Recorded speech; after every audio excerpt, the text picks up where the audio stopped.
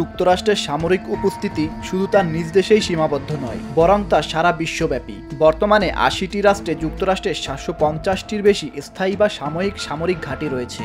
মধ্যপ্রাচ্যের মতো ভূরাজনৈতিকভাবে গুরুত্বপূর্ণ অঞ্চলেও রয়েছে এর দৃঢ় ও সুসংগঠিত অবস্থান। মধ্যপ্রাচ্য জুড়ে ঘাঁটিগুলোর অবস্থান কৌশলগতভাবে স্থাপন করা হয়েছে যেন পুরো অঞ্চল জুড়ে নজরদারি ও প্রতিরক্ষা প্রক্রিয়া দ্রুত সম্ভব হয়।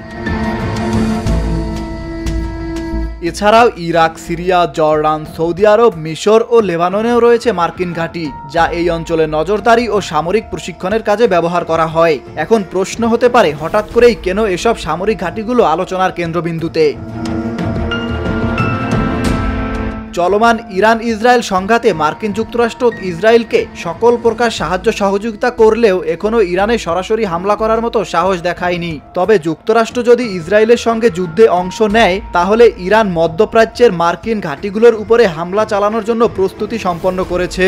মার্কিন গোয়েন্দা সূত্রের বরাত দিয়ে এমন তথ্যই জানিয়েছে নিউ ইয়র্ক টাইমস।